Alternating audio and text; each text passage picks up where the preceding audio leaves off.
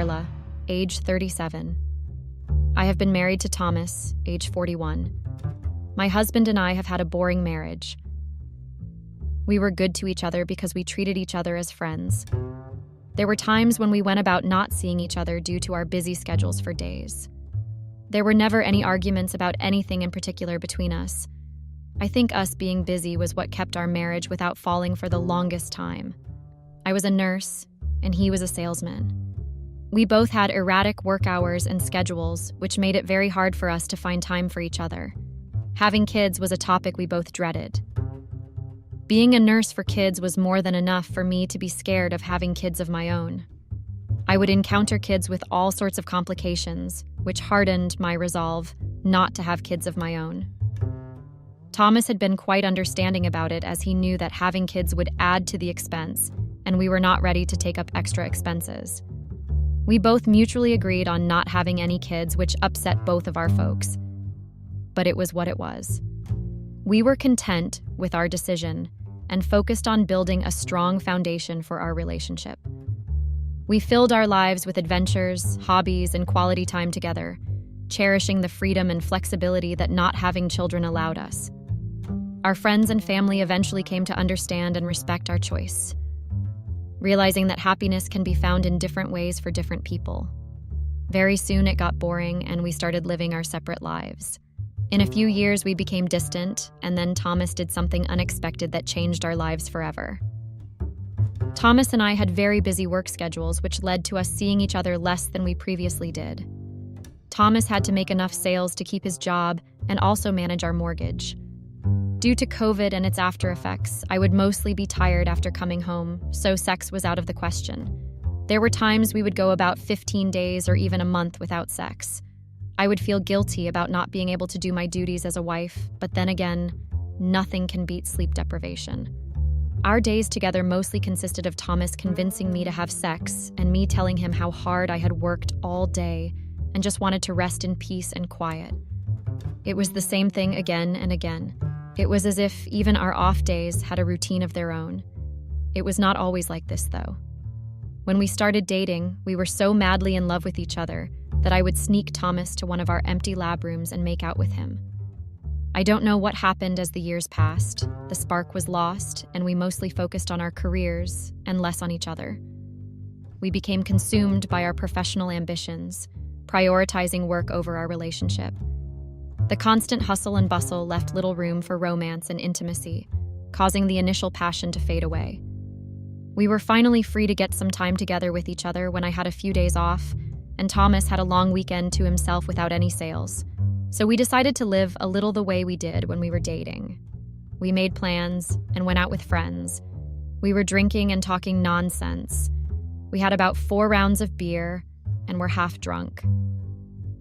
As we were on the 5th round, Thomas said in front of everyone that it had been almost 2 months since we had sex, and he wasn't expecting to have sex for at least a year at the rate we were going. Everyone started laughing, including me.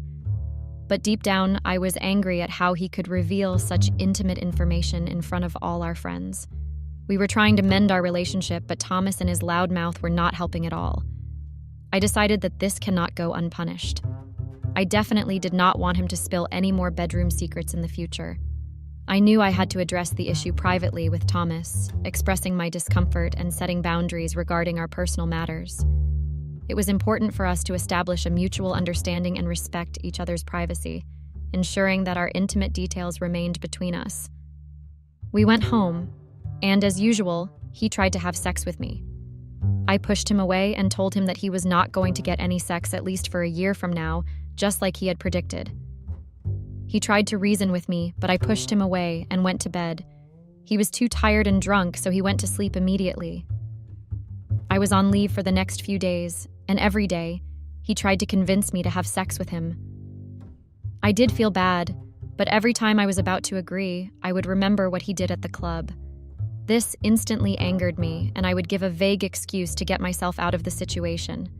This went on for 3 days that I was on leave. On the 4th day, he came in and walked directly to the bedroom. I was startled by his sudden intrusion and immediately sat up in bed, demanding to know what he was doing.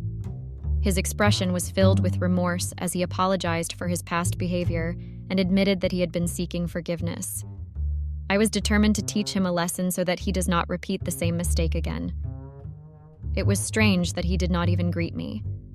He showered and got ready. He smelled really nice, but I did not want to give in to the temptation. He asked me how he looked, to which I replied that he looked swoon-worthy, but he was still not going to get any sex. He smiled and said that he got it covered. I assumed that he might have worked hard to sweep me off my feet and apologize. I decided to get myself ready and be presentable when it happened. I showered and wore my best-looking dress, which enhanced my features. He looked puzzled at my sudden enthusiasm. I decided to act as if I had my own stuff to do to keep up the shock value. I was almost ready when the doorbell rang and he rushed to open the door. There was a woman at the door, looking incredibly hot, who winked at him. He took her straight to our room and closed the door behind them. My heart sank as I stood there, feeling a mix of betrayal and disappointment. It became clear that his apology was never going to come, and I realized that I deserved someone who would truly sweep me off my feet and value my presence. I followed them and saw that the room was not locked. I knocked, but there was no answer, so I decided to barge in. I had to know what was going on in my house. I saw him shirtless, and the woman who walked in was taking her dress off. I asked him what all this was, and he said, like he mentioned, he got everything covered. He was fine, that I did not want to have sex, as he now realized that he did not need me to have sex. He found this really interesting proposal and met this woman who was willing to be his companion tonight. I was taken aback by his nonchalant way of telling me all this, as if it was all such a common occurrence. He did not even care about how I would feel about all this. He said that he had things to do, and if I did not mind, closed the door while leaving them alone. They continued undressing, and I did not know what to do, so I closed the door and went into the guest bedroom. I couldn't sleep the entire night as I could hear sounds and whispers from our bedroom. I tried to put my ear to the wall to listen to what they were up to. I don't know if he was really enjoying himself or just moaning too loudly to make me jealous. Maybe it was all just an act and nothing was actually happening there. I couldn't be sure until I saw it for myself. He came to the dinner table in the morning to get his coffee. I was already sitting there waiting for him as his companion had left about an hour ago. I had been waiting for the past hour, dreading to go to the bedroom, as I was not ready to witness him naked after spending a night with another woman. He came and kissed me on my forehead as if nothing happened. He smiled at me and said that he had a wonderful time last night and asked me if I had a good sleep. Really, was he being serious right now? How could he even ask me that, after almost causing me to have a mental breakdown? I just kept staring at him in disbelief, looking at him being so casual about it. There was no guilt or shame that he felt after what he did last night. He got ready as usual and went to work as if it was normal to sleep with another woman in the bedroom when your wife is right in front of you. I went to work but obviously could not focus on what I was doing. My job required me to be present more than 100% as people's lives depended on my actions. I decided to leave early and brainstorm a little on how to handle this issue with my husband. There was no use staying at the hospital when my mind was running all over, which could lead to serious blunders from my end. I went home and started thinking of where it all went wrong, that he had to take such a step and not even feel guilty about it. The more I thought, the more it became clearer about the night at the club where it all started. I recalled how he had been distant and unresponsive that night, spending most of his time engrossed in conversation with a mysterious woman. It was then that I realized the potential catalyst for his actions. Perhaps there was more to this situation than met the eye. As I delved deeper into my thoughts, I couldn't help but wonder if there were underlying issues in our relationship that we had failed to address. I decided to make up for it and apologize to Thomas for not bothering about his feelings for so long. No one other than me had any right to sleep with my husband. I prepared the bed and the bathroom to make it smell romantic. I lit candles and played soft music to enhance the romantic mood. I waited for Thomas to come home to the surprise. The doorbell rang and I checked myself in the mirror before opening the door. There he was, half drunk and with a new woman. He just pushed me aside and made his way to the bedroom with her. They went in and locked the door. The next morning, Thomas came and kissed me. He even thanked me for understanding his needs and decorating the bedroom for him and his friend last night. My mouth was wide open at his way of processing things. I was not doing all of that for him to sleep with a random woman. I think he knew me well enough to not come to such a stupid conclusion. Was he just trying to push me farther away by doing all of this? I did not really understand why he had to behave this way. And tonight I had decided that it would be a battle to regain my control over Thomas. He was my husband, and there was no way I would let things slip out of my hand. He wants sex, so sex is what he would get, but from me and not from anyone else. I was fully prepared for Thomas to show up and give him an ultimatum for his actions. I waited and slept on the couch itself. He never showed up. I woke up at 6 a.m. and gave him a call. He picked it up and I could tell that he was completely out of it. I was asking him where he was and if I should come pick him up. I could hear faint voices of a girl beside him. I tried to ask random things just to listen to the person beside him. He told me that he was fine and would be home for lunch. Before he hung up, I could make out that the person beside him was Karen, who was one of our mutual friends and who always had eyes for Thomas. I was devastated knowing that now he had started sleeping around with friends. How could he not think of what people would talk about us once all of this came to light? Was he so desperate for sex that he would be ready to sleep around with any person who shows even a tiny bit of interest in him? And how could Karen do such a thing? She was my friend after all. Even if Thomas was the one who suggested it, could she not have the sense to deny it? I couldn't jump to conclusions just by a few whispers. I decided to drive to Karen's house to confirm it. On my way, I kept praying for it not to be true. I had scenarios running in my head about it being true and imagining them making out. I shook my head and tried to focus on the road. I reached, and there in the corner was Thomas's car. Without thinking, I went and rang the bell. Karen opened it, and I could tell by her expression that I was the last person she wanted to see. I went inside without a word and saw Thomas sleeping in her bed with barely any clothes. Anger is not even the word that could describe what I was feeling. I snatched away the quilt and pushed Thomas to wake up. He got up with a start and looked at me. He hugged me and was going back to sleep when I asked him to see where he was. He opened his eyes and looked at Karen and then at me. He looked at the condition he was in and understood what must have happened last night. He told me that he never knew Karen was so good at sex. I mean, really? I started throwing things at him, which he dodged successfully. He stopped me and asked me what was wrong. Could he not know what was wrong? I was not his girlfriend anymore for him to toy around with me.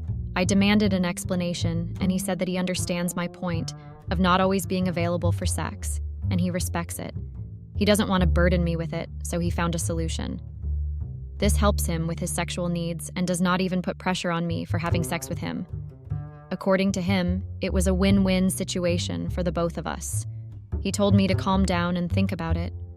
I was fuming with anger and told him that he could enjoy all the sex he wants to with Karen or any other woman because I don't care anymore. I was done putting up with his nonsense and now I didn't want to carry on with it. I gave Karen a disappointing look and walked out of the door, slamming it shut. I sat in my car and started crying. How could my life turn out this way? Thomas was the most responsible and loyal person I had known. How could he sleep with so many women and not even feel sorry about it? I was lost for words. I am writing all this sitting in my car, as I don't think I am in the right frame of mind to drive my car. All of the good times that I had with Thomas keep flashing in front of my eyes, as I am still in denial regarding the treatment Thomas is letting me go through. I would request you to give me suggestions on how to get my life back on track after such a fiasco. Update. Here is an update to what has happened ever since Thomas has been getting every random girl home whenever I was free. I left the house that I shared with Thomas, just like a few of you suggested. I started focusing on myself and living my life the way I wanted to. I went out with my friends over the weekend to a club and saw Thomas kissing a girl not older than 21 on the dance floor.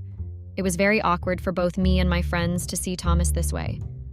I thought he would ignore us, but he came to us and sat with us. He even joked about finding other avenues if you are not happy with your partner and not feel guilty about it. I was sitting right there, so how could he openly say things like that? I was done being patient and decided to hit the dance floor.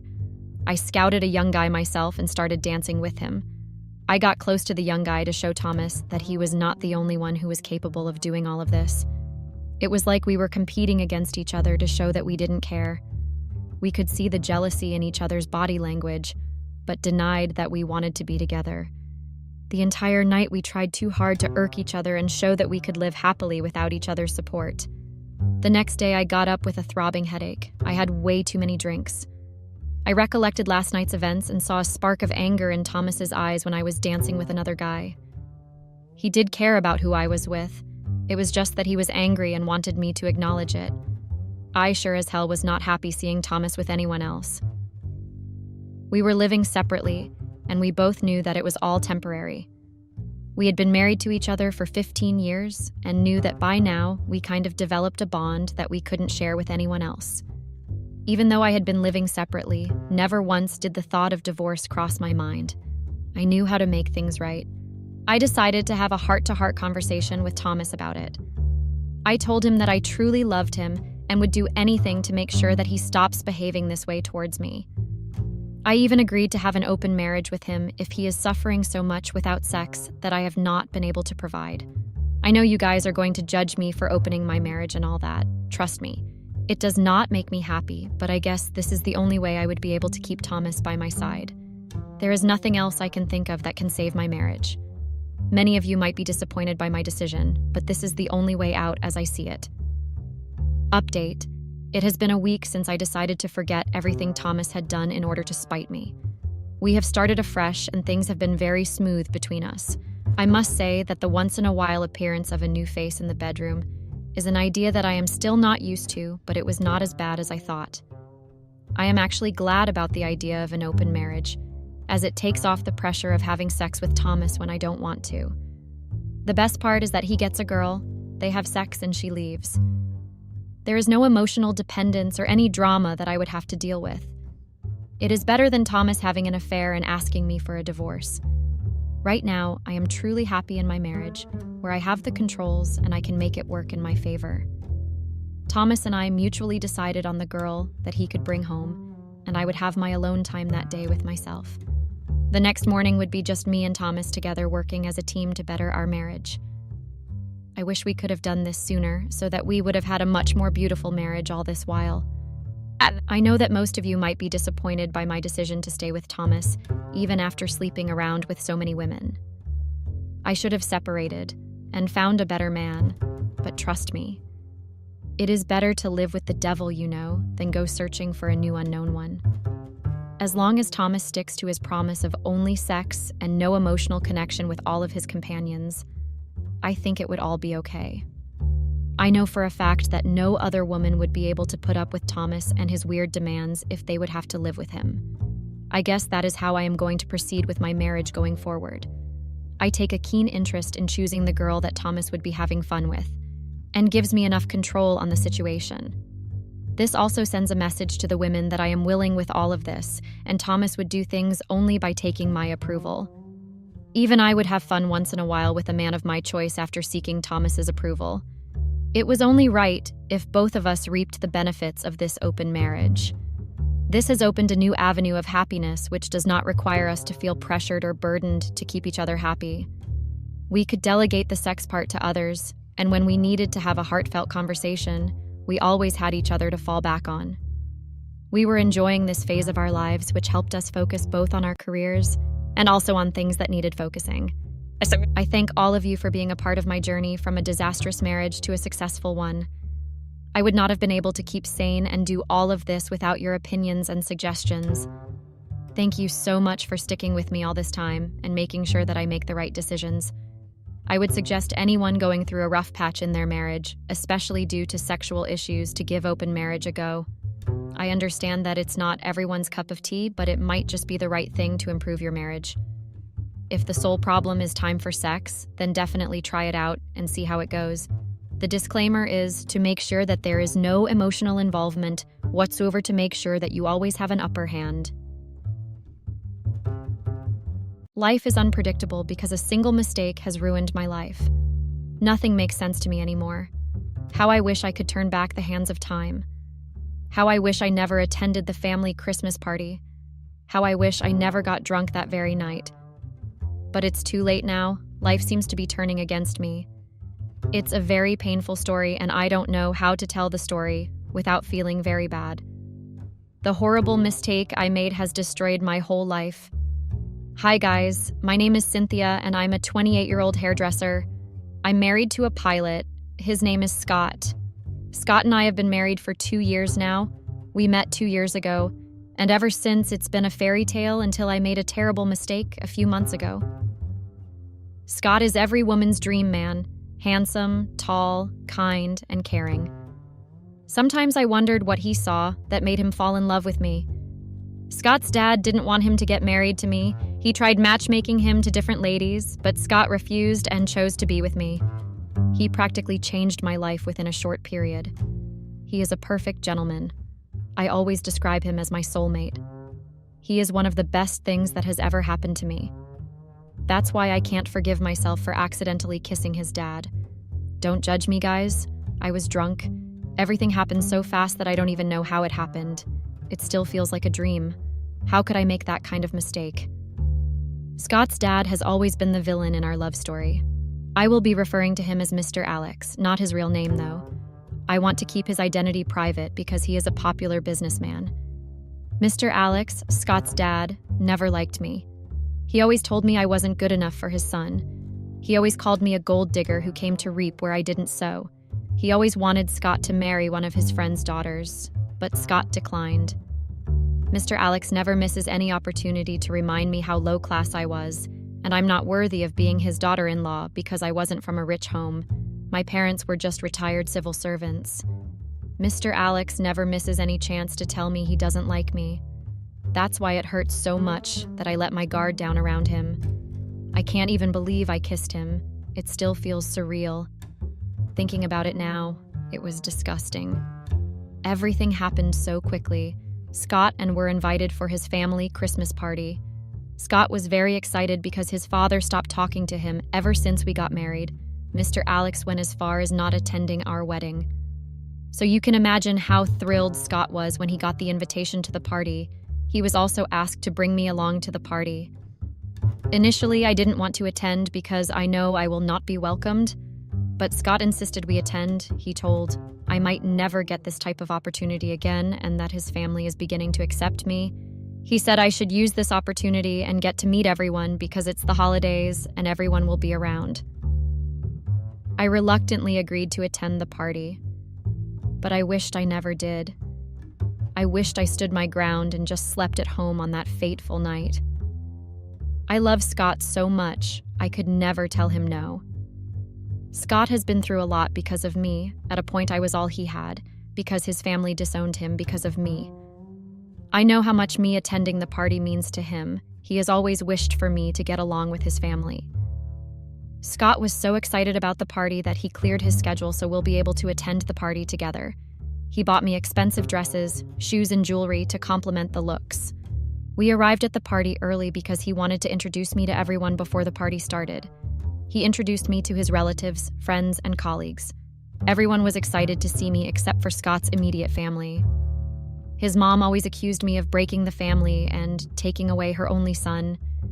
His sisters never liked me just like their father. So they were all cold towards me. They barely answered my greetings. I, on the other hand, decided to just enjoy the party because I got tired of trying to get their attention. I got so carried away that I got so drunk. Everything was going so well until I went to the restroom. Scott never wanted me to go alone, but I convinced him I wasn't that drunk and that I could take care of myself. I was lying, guys. I didn't want him to miss out on the family reunion. He was so happy catching up with his cousins that I didn't want him to miss anything. It's been a long time since I saw Scott that happy. That's why I didn't want to ruin it for him and decided to go to the restroom alone, even though I was very drunk. On my way to the restroom, I met with Scott's dad, and he asked me to come to his room for a brief chat. I told I wanted to use the restroom, and he told me that he has a toilet in his room and that I could use the one in his room. I was reluctant at first, but I still followed after, imagining how happy it would make Scott when he found out I had a talk with his father. I followed Mr. Alex to his room, and surprisingly, he didn't have any meaningful things to say. He was just blabbing about how I took his only son from him. The next minute, he started caressing my hair, and for a minute, I forgot myself. And the unthinkable happened. I kissed him, guys. I don't know what came over me. I don't know why I didn't leave the room when I found out he didn't have any meaningful things to say. I don't know why I didn't stop him from caressing my hair. I was so drunk that I didn't have control over how I was acting. For a second, I thought Mr. Alex was Scott. I guessed it was the alcohol. I ran out immediately. At the moment, I knew I had messed it up. What surprised me is that Mr. Alex didn't try to stop me from kissing me. He just stood still with his hands raised up. The reason I followed Mr. Alex to his room in the first place was because I thought he wanted to apologize for how he had treated me for the past 2 years. I didn't know he was just setting me up. I ran back to the party room as fast as my legs could carry me. Scott was already looking for me everywhere. He asked me where I was coming from, and I told him I was coming from the restroom. He said he came to the restroom, but I wasn't there. I had to lie to him that I went outside briefly for some fresh air. Somehow he knew I was lying. I could tell from how he was staring at me. Everything happened so fast that I didn't even have time to think about what had just happened. I just made the biggest mistake of my life. I can't believe I kissed my husband's dad.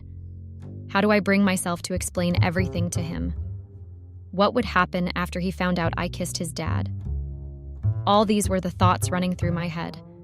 I didn't know what to do. I was confused and devastated. All through the rest of the party, I wasn't myself, and Scott noticed. He asked what was wrong with me, and I lied to him that I was just tired. My heartbeat increased when he asked why my lipstick was a mess. I had to come up with something quickly. I told him I bumped into someone on my way from the restroom. Everything happened so fast that I didn't even put myself together. Scott saw how uncomfortable and disorganized I was as asked, we leave the party immediately. It was a silent ride back home. I couldn't sleep that night. I kept wishing I never went to that party. I couldn't believe everything that had just happened. It felt like a dream. I thought everything would go away in the morning, and that I was just having a bad dream, but I was wrong. It was in the morning that the reality of what I have done hit me. I felt bad, Scott. I couldn't believe I betrayed his trust. He literally fought with his entire family, especially his dad, just to be with me. I felt bad for betraying him. He doesn't deserve this. I felt terrible, guys. I wanted the ground to open so I could disappear. I wanted everything to just go away, but how? I wanted to run away because the more I saw Scott, the more guilty I felt. I decided to confess everything to Scott and be free from guilt. While I was planning on confessing everything to Scott, I got a call from Mr. Alex, Scott's dad. He asked me to come and see him alone if I wanted to save my marriage. I didn't want to go, but at that point I was desperate. I told Scott I wanted to hang out with my friends and went. He asked us to meet in a hotel, but I insisted we must meet in an open place. He asked me to meet him in the office then. I arrived at his office and I met him in a meeting. His secretary asked me to wait at the waiting room and that the meeting would soon be over. After the meeting was over, Mr. Alex called me in. He had this mischievous smile on his face. I have never seen him smile before. He never smiled at me before, so it felt kind of strange. He offered me coffee and I refused. I asked him why he wanted to see me, and he said he wanted to save my marriage. He asked me what I intend to do after what happened at the Happy. I told him I was planning on confessing everything to Scott. He told me I shouldn't do that, because Scott might never forgive me. He told a man can lose everything but never his ego, that Scott's ego would be broken when he finds out I kissed him. He gave me 1,000 reasons why I shouldn't confess everything to Scott. He told me telling Scott everything will break their family, and how he misses his son and he doesn't want to lose his only son. He said he wanted his family back and that his family would never be complete without Scott. He practically begged me not to confess to Scott. He also told me he has accepted me fully as his son's wife, as he is tired of fighting Scott because of me. He told me he sees how happy Scott is with me, and nothing else matters to him than his only son's happiness. Everything he was saying felt too good to be real. I couldn't believe my ears. I've always dreamed of the day Mr. Alex would finally accept me as his daughter-in-law, but I never envisioned it to be this way and manner. I was happy and sad at the same time. I wasn't comfortable with the idea because Scott and I promised to never lie to each other. We promised to always tell each other the truth, so I was a bit reluctant. Mr. Alex promised me that no one would hear what happened that day if I decided to follow his advice. I agreed to keep everything to myself and not confess to Scott. That was another wrong decision. I wished I never listened to Mr. Alex. I wish I just followed my instincts and confessed everything to Scott. I became a shadow of myself. I was always lost in thought. The guilt was eating me up. One day, Scott got a call from his dad. He was so excited because that was the first time his father was calling him in 2 years. His dad invited Scott and I over for dinner at their family house. Scott was excited. He was jumping up and down like a baby that was handed candy. He asked me to get ready so that he would pick me up after work. I didn't want to go because seeing his dad would make me relive that bad memory. But I didn't want to say no either because Scott would suspect something is wrong. He has already started suspecting me. I didn't want to add to it. So I decided to go to the family dinner with him. We arrived at the family dinner, and everyone was hostile to me as usual. Mr. Alex ignored me and went straight to embrace Scott. He told him he had an announcement to make after dinner. For some reason, I felt uneasy. Deep down, I knew whatever announcement Mr. Alex wanted to make wasn't going to favor me. At that moment, I just wanted to confess everything to Scott, but he was busy having a discussion with his mom. I didn't want to interrupt them because I knew how much they missed each other, so I waited. The next minute, Mr. Alex stood up and nothing prepared me for what happened next. The embarrassment I got that day is still fresh in my memory. The next thing I saw on the TV screen was a video of me kissing Mr. Alex with his hands raised up. While I was still trying to make sense of what was happening, the conversation I had with Mr. Alex at his office was also played, but the conversation was doctored. It was at that moment I realized that everything was properly planned. The video only showed when I kissed Mr. Alex, and not the beginning of everything. It was then I understood why he raised his hand while I was kissing him. He was just trying to pass a message. Even our recorded conversation was doctored to suit the narrative he was trying to pass. Mr. Alex went on to lie to everyone about the event that transpired between us. He told them how I tried to seduce him because I wanted money, and how I came to his office the following day to beg him not to disclose what happened to Scott. Guys, I was too stunned to speak. I couldn't believe my ears. Scott was speechless. I saw tears in his eyes and I felt sorry for him. Everyone looked at me with so much hate. I felt so sorry for Scott. I ran to him to explain everything to him, but he refused to listen. He left angrily. I tried to run after him, but Scott's mom stopped me and slapped me. He asked me why I had decided to destroy his poor son's life, and that I even went as far as kissing her husband. She threw me out after raining curses at me. I was mute all through. I couldn't even utter a word. I took a cab and went home. To my greatest surprise, Scott wasn't at home. I waited for him all through, but he never came home that night. The following morning, he arrived and started throwing my things out. I tried explaining everything to him, how it actually happened, but he didn't believe me. He said he has seen enough evidence, and I cannot manipulate him any longer. I told him how everything happened, but he still paid deaf ears to everything I was saying. He told me how he regretted the day he met and wished he never went against his family for me. I explained to him how his dad set me up and he is trying to break us apart. He refused to listen. All efforts to calm him down were in vain. He even went as far as setting my things on fire. He burnt all my clothes and documents. He told me he was done with the marriage and I should get out of his life for good. While I was still trying to plead with him, the lawyer arrived with divorced papers and I was forced to sign the divorce papers. Scott threatened to leak the video on social media if I don't sign the divorce papers. I got scared and signed it.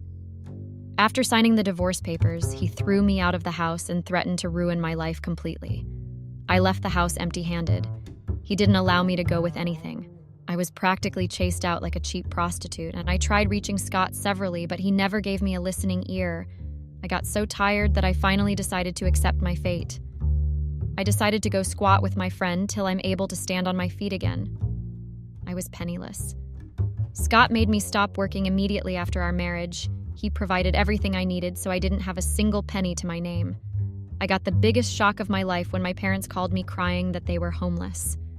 Apparently, Scott had chased them away from the house he bought for them a year ago.